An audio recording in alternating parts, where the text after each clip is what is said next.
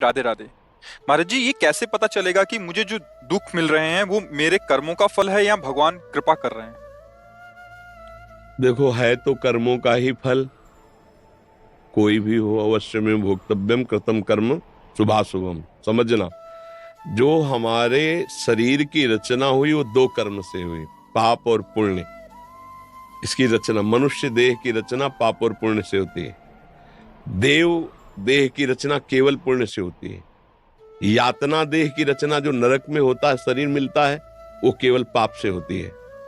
अब ये रचना पाप और पुण्य दोनों से हुई है, तो इसको सुख और दुख दोनों मिलेंगे। सुख कौन से? बनावटी माया के। क्या सुख? इतना रुपया, इतना पैसा, इतना पद, इतना भोग सामग्री, परिणामता हाथ में कुछ नहीं। यहां से चलोगे क्या आपके पास? तो वर्तमान जीवन को भोगों में व्यर्थ नष्ट करवा देना इस सुख का फसाव है। वर्तमान भोगों को सत्य मानकर उसके प्रतिकूल अवस्था प्राप्त होना दुख। हम चाहते थे इतना लाभ मिले, इतना घाटा हो गया, दुख।